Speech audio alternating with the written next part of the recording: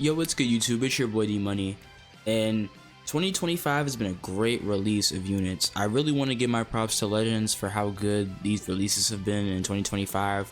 Nothing's been too broken. There's no OG FSKs, there's no Beast Gohans or Majin Vegetas. Every single release has at least felt decent and definitely usable in the meta, but nothing's felt too broken or overtuned. So today I thought, since I've pulled every single unit in 2025, my luck this year has been absolutely great. Why not just rank everybody? So yeah, I hope you guys enjoy. If you guys want to see more videos like this, make sure you leave a like, comment down below any suggestions, because I'm open to any type of content you guys want to see. And without further ado, let's hop right in. So the first banner that released this year was the 18 and Gohan and Trunks banner. And in terms of 18, I used her on androids with Cell a little while ago, and even before Cell came out, I used her on a team with Gohan and Trunks, and she isn't crazy. I believe she's the one with the effect where she's ran with an Android 17 unit that she has endurance nullification, which is a really good effect actually, so that gives her some value. I'm gonna throw her in B tier. Her damage isn't that crazy and her ultimate isn't that crazy, but she's definitely usable and she's not mid. So I'm gonna throw her up in B tier. Now this release, Gohan and Trunks, absolutely insane. Like, in hindsight, this is a must-have unit in this meta, and I'm so glad that I summoned for him. Their animations are absolutely top tier, like beyond amazing. They might be like top 3 in the game, but maybe even top 1. They put a lot of effort into this unit and they're really good. They're gonna go up in S tier, early S tier, but yeah, this unit is great. No matter what, since the year has been out, this unit has been a meta staple. Their succession mechanic, which is pretty much just a revive, but he's just reviving into another character, is probably one of the most valuable, if not the most valuable thing in the game. In their pre-revive state, they don't do a ton of damage. You can still get kills with them. It's not like putrid, but it's not like you don't really want to have this unit be your main attacker in their pre-succeeded state. But they're a great throw-in on any team. They provide you like they provide you a second life mechanic, and then once Trunks comes out, like Super Saiyan Trunks after Gohan dies, absolute damage monster. Like, that blue card has won me matches by itself by one-shotting people. Cover change, yes, they both have a cover change.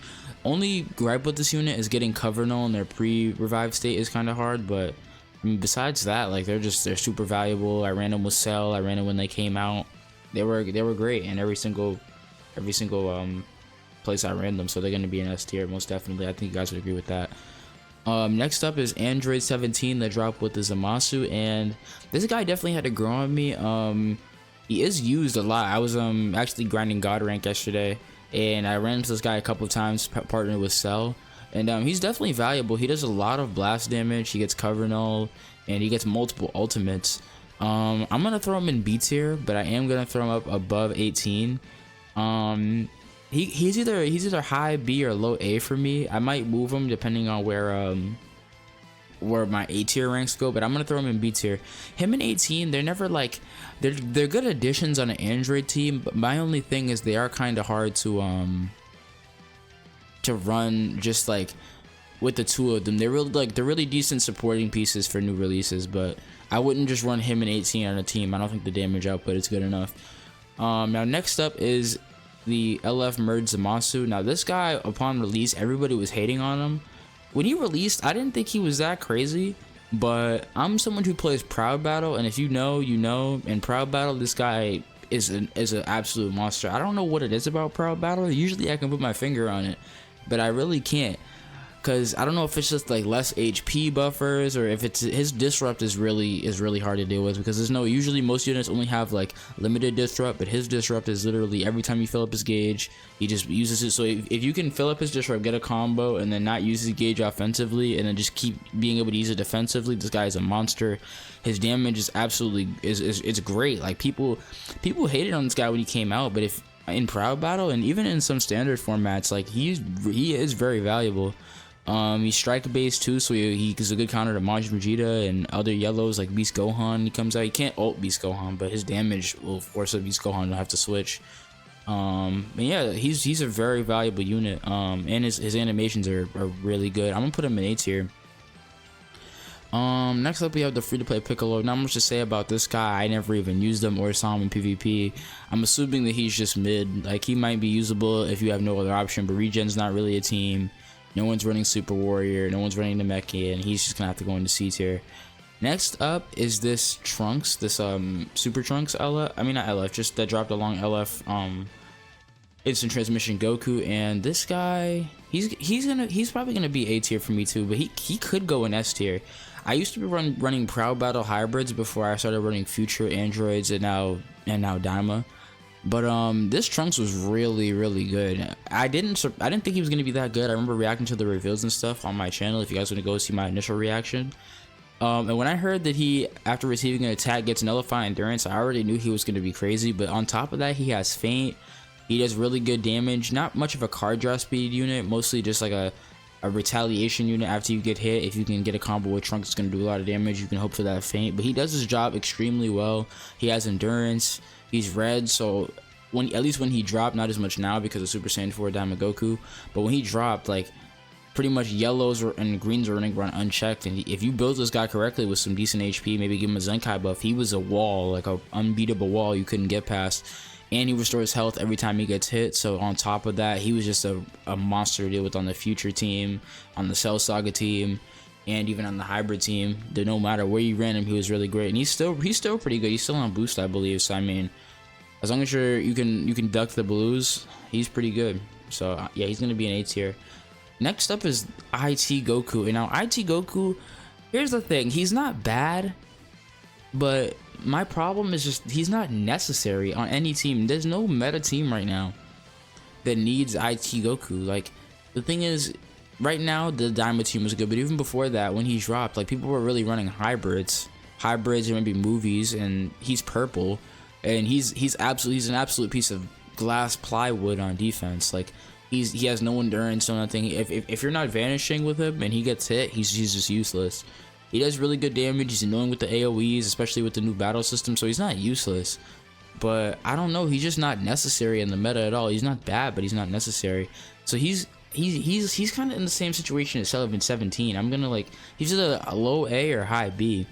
Probably out of respect, I'll put him in low A, because he's good. You can definitely use him.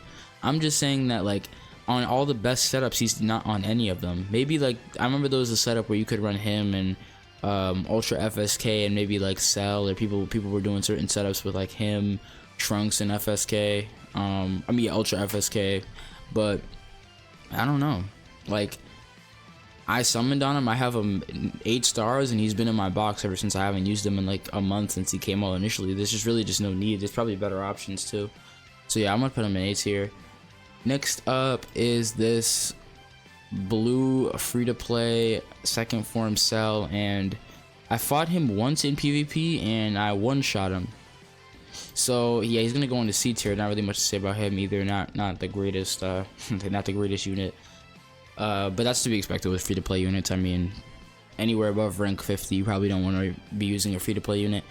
And the next up is Ultra Cell. Now, Ultra Cell is really good, still is really good. It's just that now with Daima Super Saiyan 3, I mean Super Saiyan 4, not Super Saiyan 3. We needed Super Saiyan 3 Daima Goku. I thought we would get that before we got Super Saiyan 4, but that's another point. But yeah, Cell is definitely up there. His ultimate is probably the hardest hitting ultimate in the game. No, it definitely is, especially if you're type neutral. I don't know anything that's living that. Like, that's popping any life any unit has. Type neutral.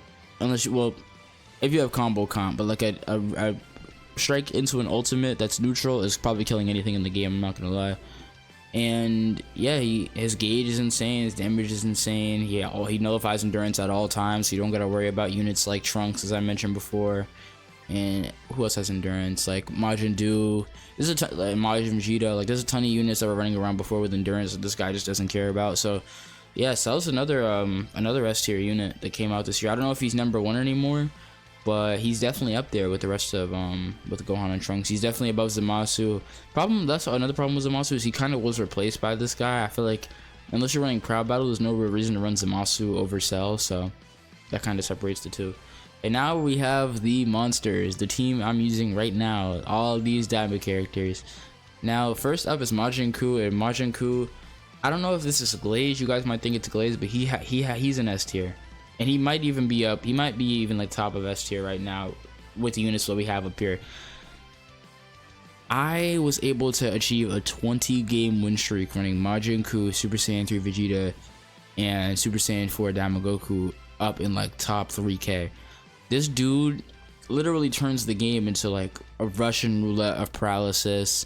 Every time he comes in, he can basically end a combo twice, because when he comes in, he destroys 2 cards. He does some other, I think he reduces ki. Like, this guy is just so annoying to play against on both sides. I found myself in a ton of mirror matches where literally whoever can get more paralysis with Majin Ku and use his disrupt the best, and hell, he can even feint on his blue card and his ultimate. So whoever's Majin Ku can just get the intangible value out of him is probably going to win the match. Not to mention that he also gets 50% support on the Daima team. So it's really not like he's not broken in the same way Cell is in terms of damage or the way these guys in their defensive value, but he's broken in the support value he gives, and he's like a perfect third for what the Daima team wants to do. So yeah, he's top of S tier. You can debate me whether or not he's better than Cell. Individually, definitely not. Individually, but you definitely want Cell and Gohan. But on their best teams, which I've been talking about teams this whole video, he's definitely like S tier in terms of value. Next up is the Vegeta he released alongside. Now, I've always been standing this Vegeta. I was saying that even before Super Saiyan 4 Goku dropped, the best team in the game was Vegeta, Ku, and Tamagami 3, and then Goku just replaced Tamagami 3. But even before that, I was gassing this Vegeta. Literally, all you have to do with this unit, well, you kind of got to avoid Super Saiyan 3. I mean, Super Saiyan 4. I keep calling him Super Saiyan 3. Jesus Christ. All you got to do with this unit is literally come in and just spam cards. As long as you have cover null, which he gets cover null on entry, and you just spam cards with him, if you have him high enough stars, he's just gonna mow down the guy. Like, I literally, what I do is I start the match with Majin Ku, I swap into Vegeta so I get some support, and then I just chain the first 3 cards I have. He draws 2 more, and then by then, like, at least one of my opponent's characters is leaking, at least at like half health. This guy is his burst damage is insane. If they don't have Super Saiyan 4 Daima Goku to come and like remove his cover null, he's just gonna mow down the opponent's team. So this Vegeta, his offensive value is good. His defensive value isn't crazy. That's my only problem with him, is he is susceptible to like getting caught, getting locked in, and getting one shot. He's definitely my top of A tier unit. He's good in Proud and Standard Battle, and he's really easy to Zenkai buff if you have the Daima Goku. And even if you don't have the Zenkai Daima Goku, you can still give him the Super Saiyan 3 Goku and drop a Saiyan bench for your Daima team. So yeah, he's gonna be top of A tier, but for my opinion, he's S tier. But he doesn't really hold a candle to Cell. He doesn't bring the same defensive value as Gohan and Trunks, and he doesn't bring the same support value as Ku. So I'm gonna put him in A tier, but he's gonna be top of A tier for me because he is on the best team in the game. Majin Du is a weird one. I dropped the video reviewing the Daima releases yesterday, and I did talk about how he's not on the best Daima team. I feel like he's gonna see most of his value in Proud Battle and on setups that don't have Vegeta. You can run Ku, Du, and Super Saiyan 4 Goku, and that's a decent setup, but it's not the best setup. I'm gonna throw him in like middle of A tier. He's good, don't get me wrong. He has card obscure, he has endurance, he has a lot of blast damage. His blue card is a projectile, which kind of sucks.